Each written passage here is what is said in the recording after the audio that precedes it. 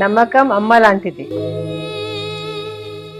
మా మీద మీ నమ్మకం మిమ్మల్ని తప్పకుండా అమ్మని చేస్తుంది.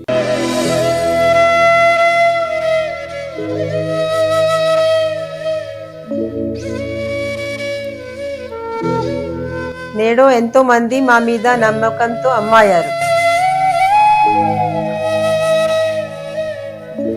మీకోసం అమ్మతనం ఎదురు చూస్తుంది. వివరాలకు సంప్రదించండి. Kiran infertility centre, Hyderabad, Bengaluru, Chennai, Delhi. శ్రీమాత్రే నమ. జయ గురు దత్తాత్రేయ నమ. ఈ వీడియోలో మనం ఫిబ్రవరి 23 నుంచి ఏప్రిల్ 2వ తారీఖు మధ్యలో, అంటే సుమారుగా ఒక 39 రోజులు 40 రోజుల పాటు కుంభరాశిలో రాహు కుజ గ్రహాలు కలిసి సంచరించడం జరుగుతుంది. అయితే ఈ 2 గ్రహాలతో పాటు ఒక బుధ శుక్ర రవి కూడా కొంతకాలం పాటు సంచరించడం జరుగుతుంది. అయితే ప్రధానంగా ఈ కుంభరాశిలో రాహు అన్నది స్వక్షేత్రం. అక్కడ ఈ సంవత్సరం అంతా డిసెంబరు నెలాఖరు వరకు అటు ఇటుగా రాహు కుంభరాశిలో సంచరిస్తూ ఉంటాడు. అయితే రాహుతో ఏ గ్రహం కలిసినా కూడా ఆ గ్రహ కారకత్వాల్ని రాహు స్వీకరించి తను ఇవ్వడం చేస్తూ ఉంటాడు. సో ఆ కారణం వల్ల ఏంటంటే, మరి ఈ కుజుడు స్వభావ సిద్ధంగా తీక్షణ గ్రహం, చాలా తీవ్రమైనటువంటి గ్రహం. అటువంటి కుజుడు మరి రాహుతో కలిసి ఉండడం వల్ల ఈ రాబోయే 40 రోజుల్లో కుజుని యొక్క కారకత్వాలు చాలా వరకు ఇబ్బంది పడడం జరుగుతూ ఉంటుంది. అంటే కుజుడు సంబంధించిన వాటి వరకు ఏంటంటే సాధారణంగా వివాహ జీవితంలో ఉన్నటువంటి సమస్యలు, స్త్రీలకి భర్త యొక్క నడవడిక, భర్త యొక్క ఆరోగ్యం, యోగక్షేమాలు, అలాగే మిగతా వారికి ప్రమాదకరమైనటువంటి ప్రమాదాలు, అలాగే అన్నదమ్ములతో ఆస్తి సంబంధించినటువంటి విభేదాలు, అలాగే ప్రభుత్వ ఉద్యోగులకి ముఖ్యంగా ఈ పోలీస్ డిపార్ట్మెంటు, ఇన్కమ్ ట్యాక్స్, అంటే ఎవరైతే ఉత్సాహంగా అవుట్డోర్ వర్క్ చేస్తుంటారో యూనిఫామ్ వేసుకొని, వాళ్ళందరికీ కూడా కొంతవరకు ఈ అపకీర్తి, ఇబ్బందులు రావడం, ఉద్యోగపరమైన సమస్యలు రావడం జరుగుతుంటుంది. కొన్ని సందర్భాల్లో న్యాయ వ్యవస్థ మీద, లా అండ్ ఆర్డర్ మీద ఇబ్బంది కలుగుతూ ఉంటుంది. వాటి మీద తిరుగుబాటు చేయడం, ప్రభుత్వ విధానాలకి వ్యతిరేకంగా ప్రవర్తించడం, అలాగే సాధారణంగా వ్యక్తుల్లో నీతి నశిస్తూ ఉంటుంది, అవినీతి పరంగా వెళ్తూ ఉంటుంది. ఎవరైతే సన్మార్గంలో వెళ్తున్నారో వాళ్ళు ఇబ్బంది పడుతుంటారు. అలాగే దుర్మార్గంగా, అలాగే దారుణంగా రౌడీజం చేస్తూ, ఇతరుల ఆస్తి దోచుకుంటూ, ఇతరులకు ఇబ్బంది కలుగుతున్న వాళ్ళకి ఈ సమయంలో వాళ్ళకు అనుకూలంగా కొన్ని గ్రహాలు, ఈ రాహుగ్రహం పనిచేయడం జరుగుతూ ఉంటుంది. బట్ ఏదైనా రాహుతో ఏ గ్రహం కలిసినా ఆ గ్రహానికి సంబంధించినటువంటి కారకత్వాలు ఇబ్బంది పడడం జరుగుతూ ఉంటుంది. అలాగే ఒకరి జన్మజాతకం అనుకుందాం ఉదాహరణకి, ఈ రాహుతో కుజుడు కలిశాడు అంటే స్త్రీల యొక్క జాతకం అయితే భర్త గారికి ఇబ్బంది కలగడం కానీ, నష్టం కలగడం కానీ, వ్యసనాలు పాలవడం కానీ జరుగుతూ ఉంటుంది. అదే శుక్రుడు రాహుతో కలిస్తే మగవారి జాతకంలో భార్యకి అనారోగ్యం కానీ, ధన నష్టం కానీ జరుగుతూ ఉంటుంది. అలాగే జాతకుడు నైతికంగా వ్యభిచార యోగం చేయడం, ఇతరుల మీద వ్యామోహం పెంచుకోవడం, ఈ విధంగా జరుగుతుంటుంది. బుధుడు రాహుతో కలిసినప్పుడు మరి జాతకుడు అన్యాయ మార్గంలో ధనం సంపాదించే ప్రయత్నం చేస్తుంటాడు. అలాగే బ్లాక్ మార్కెట్ చేయడం, డాక్యుమెంట్స్ తారుమారు చేయడం, ఫేక్ డాక్యుమెంట్లతో రుణాలు స్వీకరించడం, ఈ విధంగా ప్రజల్ని మాయ చేస్తూ ధనార్జన చేయడం జరుగుతూ ఉంటుంది. ఇక రవి కలిసినప్పుడు కొంతవరకు వ్యక్తిగతంగా ఆరోగ్యం దెబ్బతింటూ ఉంటుంది, మంచి నేమ్ అండ్ ఫేమ్కి దెబ్బ తగులుతూ ఉంటుంది. అందువల్లనే ఈ గ్రహణం ఏర్పడినప్పుడు ఏ రాశిలో గ్రహణం ఏర్పడితే ఆ రాశికి పరిహారం చేయడం జరుగుతూ ఉంటుంది. ఈ విధంగా రాహు తన ప్రభావాన్ని ప్రతి గ్రహం మీద చూపడం జరుగుతూ ఉంటుంది.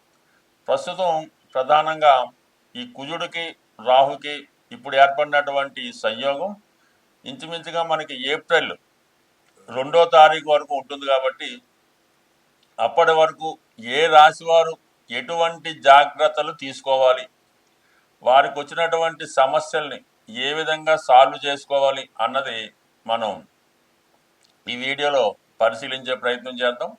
అయితే ఈ ప్రారంభంలో అంటే ఫిబ్రవరి 23 నుంచి ఏర్పడినటువంటి ఈ పంచగ్రహ కూటమిలో మనకి ప్రధానంగా మనం 2 తీసుకున్నాం. అయితే మిగతా గ్రహాలు కూడా ఆ ప్రభావం అది ఉంటుంది.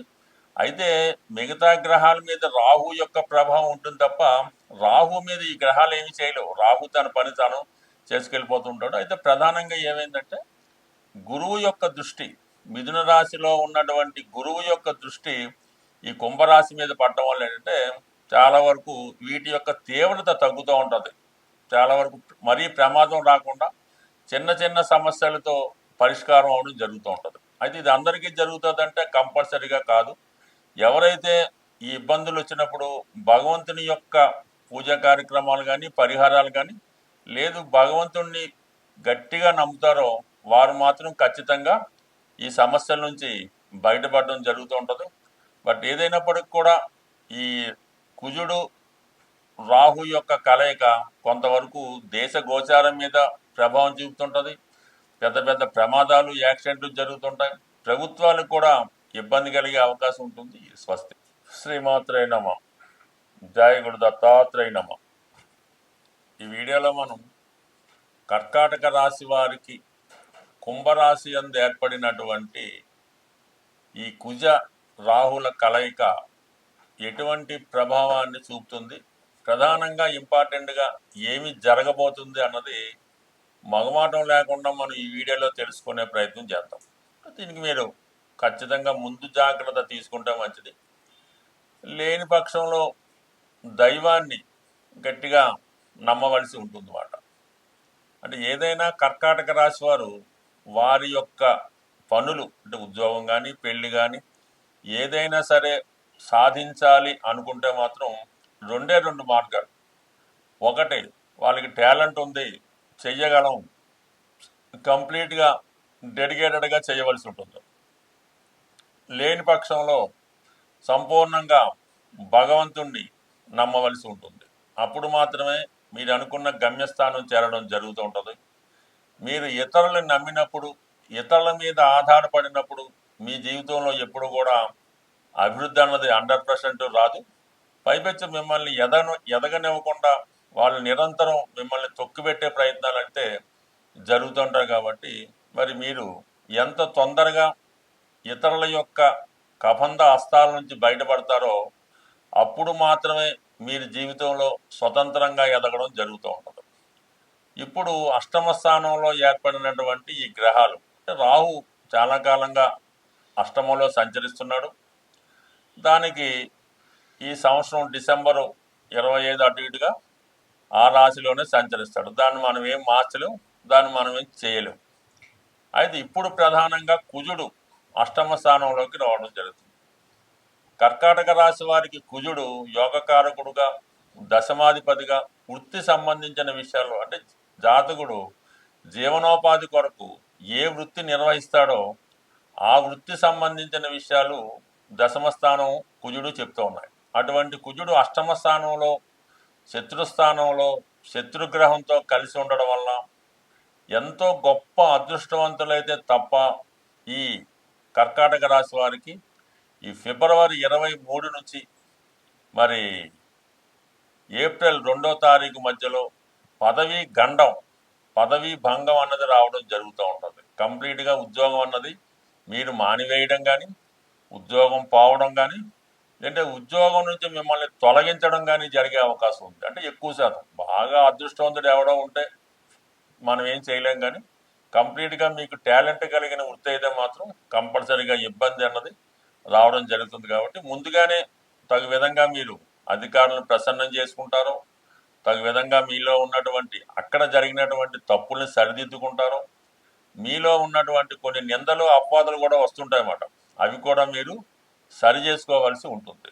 ఇంకా దీనికితో పాటుగా రవిగ్రహం ఇంచుమించుగా మనకి మార్చి 15 వరకు కూడా అష్టమంలో ఉంటాడు. అంటే ధనాధిపతిగా ప్రభుత్వానికి సంబంధించినటువంటి రవి అష్టమ స్థానంలో ఉండడం వల్ల ప్రభుత్వ అధికారుల వల్ల ఇబ్బందులు రావడం జరుగుతూ ఉంటుంది.